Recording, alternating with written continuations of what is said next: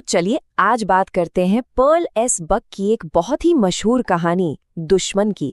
ये कहानी हमें ले चलती है दूसरे विश्व युद्ध के दौर में, जहां एक जापानी डॉक्टर के सामने एक ऐसी मुश्किल आ खड़ी होती है जो उसकी इंसानियत और देशभक्ति दोनों को परखती है, जब एक घायल अमेरिकी दुश्मन उसके दरवाजे पर आ गिरता है। और यही वो सवाल है जो इस कहानी के बिल्कुल दिल में है। सोचिए, एक तरफ है देश के प्रति आपका कर्तव्य और दूसरी तरफ है एक इंसान की जान बचाने की आपकी शपथ। ये एक ऐसी कश्मकश है जो किसी की भी दुनिया हिलाकर रख सकती है। आइए इस मुश्किल फैसले की परतों को एक एक करके खोलते हैं। तो कहानी में इस बड़े तूफान के आने से पहले डॉक्टर सदाओ की अपनी जिंदगी आखिर थी कैसी? चलिए थोड़ा पीछे चलते हैं और उनको और उस वक्त के माहौल को समझते हैं। तो देखिए, माहौल जो है ना, वो बहुत ही ज्यादा तनाव वाला है। वर्ल्ड वॉर 2 छिड़ा हुआ है और जापान और अमेरिका एक दूसरे के कट्टर दुश्मन हैं। ऐसे टाइम पे किसी भी अमेरिकी सैनिक को पनाह देना सिर्फ एक गलती नहीं, बल्कि सीधा सीधा देशद्रोह माना जाता था। और यही वो खतरनाक बैकग्राउंड है जो कहानी के हर पल को और भी ज्यादा सीरियस बना देता है। अब आते हैं हमारे मेन कैरेक्टर पर, डॉक्टर सदाओ। और ये कोई ऐसे वैसे डॉक्टर नहीं है, वो एक बहुत ही काबिल सर्जन और साइंटिस्ट हैं जिन्होंने अपनी पढ़ाई दुश्मन देश यानी अमेरिका में पूरी की थी। उन्हें जंग के मैदान से दूर रखा गया था क्योंकि उनकी जरूरत देश के अंदर ज्यादा थी। एक तो वो एक बहुत जरूरी मेडिकल खोज पर काम कर रहे थे और दूसरा देश के सबसे पावरफुल जनरल की जिंदगी उन्हीं के हाथों में थी। और फिर बस एक शाम डॉक्टर सदाओ की इस शांत सी जिंदगी में एक ऐसा मोड़ आता है, एक ऐसा तूफान आता है जो उनके सामने एक बहुत बड़ा नैतिक संकट खड़ा कर देता है। जरा सोचकर देखिए, शाम का वक्त है, धुंध छाई हुई है और अचानक समंदर की लहरें एक इंसान को आपके दरवाजे पर लाकर पटक देती हैं। सदाओ और उनकी पत्नी हाना जब पास जाकर देखते हैं तो वो आदमी बुरी तरह से घायल है और फिर उसकी टोपी पर नजर पड़ती है यूएस नेवी। वो एक अमेरिकी सैनिक है, एक दुश्मन। बस उसी पल उनकी दुनिया हमेशा के लिए बदल जाती है। और बस यहीं आके डॉक्टर सदाओ एक ऐसे दौराहे पे खड़े हो जाते हैं जहां से दोनों रास्ते मुश्किल हैं। उनका डॉक्टर का धर्म कहता है कि सामने पड़े घायल इंसान की जान बचाओ, फिर चाहे वो कोई भी हो। लेकिन एक जापानी नागरिक होने का कर्तव्य चीख चीख कर कह रहा है कि इस दुश्मन को सेना के हवाले कर दो। अगर इलाज करते हैं तो देशद्रोही कहलाएंगे और अगर मरने के लिए छोड़ देते हैं तो एक डॉक्टर के तौर पर अपनी शपथ तोड़ेंगे। इतने गहरे, इतने मुश्किल दिमागी संघर्ष के बाद आखिर में उनकी इंसानियत की आवाज जीत जाती है।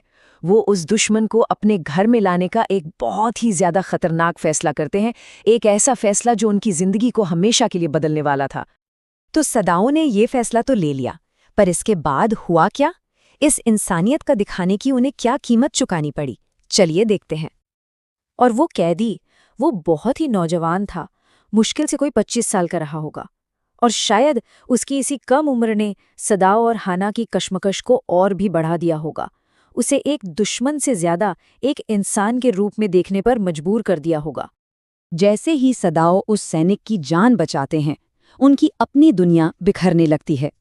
उनके वफादार नौकर जो सालों से उनके परिवार का हिस्सा थे, एक दुश्मन की मदद करने की बात को बर्दाश्त नहीं कर पाते। वो इसे देश और अपनी परंपराओं से गद्दारी मानते हैं और घर छोड़कर चले जाते हैं। अब सदाओ और हाना इस खतरनाक राज के साथ घर में बिल्कुल अकेले पड़ जाते हैं। खासकर जो बूढ़ा माली था, उसकी इन शब्दों में उस गहरे सांस्कृतिक डर को साफ महसूस किया जा सकता है जिसका सदाओ सामना कर रहे थे। नौकरों के लिए ये सिर्फ देशभक्ति का सवाल नहीं था। उन्हें लगता था कि डॉक्टर कुदरत के काम में दखल दे रहे हैं। जिसे समंदर और गोली ने मारा, उसे बचाने का मतलब था कुदरत का बदला झेलना। अब कहानी में एक और खतरनाक मोड़ आता है जब एंट्री होती है बूढ़े जनरल की, और वो इस सिचुएशन को और भी ज्यादा कॉम्प्लिकेटेड बना देता है। सोचिए, वो लगातार डर और अकेलेपन का बोझ इसके नीचे दबकर डॉक्टर सदाओ आखिर में टूट ही जाते हैं। वो अपने सबसे पावरफुल मरीज जनरल के पास पहुंचते हैं और उन्हें सब कुछ सच सच बता देते हैं, ये जानते हुए कि इस कबूलनामे का अंजाम मौत भी हो सकता है। लेकिन जनरल का जो रिएक्शन था ना, वो तो एकदम चौंकाने वाला था। उन्हें ना तो उस अमेरिकी कैदी की परवाह थी, न ही देश की सुरक्षा की। उन्हें फिक्र थी तो सिर्फ अपनी जान की। वो जानते थे कि सदाओ जापान के सबसे बेहतरीन सर्जन हैं और उन्हें अपनी जिंदगी बचाने के लिए सदाओ की जरूरत पड़ेगी। इसलिए वो सदाओ को बचाने का फैसला करते हैं, मगर सिर्फ अपने मतलब के लिए। और जनरल जो रास्ता बताते हैं, सच कहूं तो वो दिल दहला देने वाला है। वो सदाओ को बचाने के लिए उस अमेरिकी सैनिक को चुपचाप मरवा देने की पेशकश करते हैं। अचानक सदाओ एक जान बचाने वाले डॉक्टर से एक हत्या की साजिश में शामिल हो जाते हैं। कहानी अब एक नैतिक दुविधा से कहीं ज्यादा एक डरावनी थ्रिलर बन जाती है। तो अब हम कहानी के बिल्कुल आखिरी हिस्से में आ गए हैं। एक ऐसा हिस्सा जहां बाहर का खतरा तो शायद टल जाता है, लेकिन डॉक्टर सदाओ के मन में एक सवाल हमेशा के लिए रह जाता है। अगली 3 रातें आप सोच भी नहीं सकते। सदाओं के लिए वो किसी बुरे सपने जैसी थी। वो हर आहट पर कांप उठते हैं, इस इंतजार में कि अब हत्यारे आएंगे। लेकिन 3 रातें गुजर जाती हैं और कोई नहीं आता। अब फैसला एक बार फिर सदाओ को ही करना था। तो जब सदाओ को ये समझ आ जाता है कि जनरल पर तो कोई भरोसा किया ही नहीं जा सकता, वो आखिरकार कमान अपने हाथों में ले लेते हैं। वो खुद उस कैदी को भगाने की योजना बनाते हैं। ये उनकी इंसानियत का सबसे बड़ा और आखिरी इम्तिहान था। वो अब सिर्फ एक दुश्मन की जान नहीं बचा रहे, बल्कि उसे आज़ादी का रास्ता भी दिखा रहे हैं, और ऐसा करके अपनी जान और इज्जत दोनों को सबसे बड़े खतरे में डाल रहे हैं।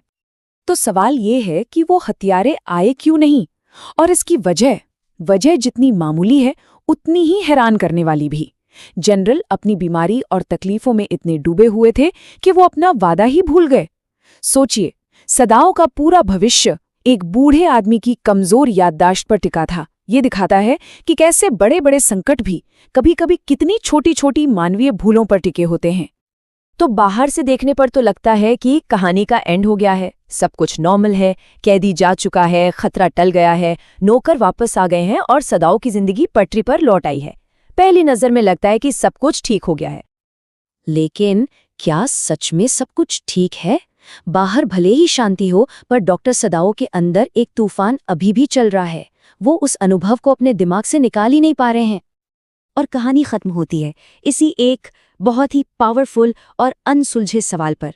युद्ध, नफरत और देशभक्ति के इतनी भारी दबाव के बावजूद उनकी इंसानियत और एक डॉक्टर होने की शपथ इतनी गहरी थी कि वो एक दुश्मन की जान ले ही नहीं पाए। और ये सवाल हमें सोचने पर मजबूर करता है कि आखिर में इंसानियत की जड़ें नफरत के शोर से कितनी ज्यादा गहरी और मजबूत होती हैं।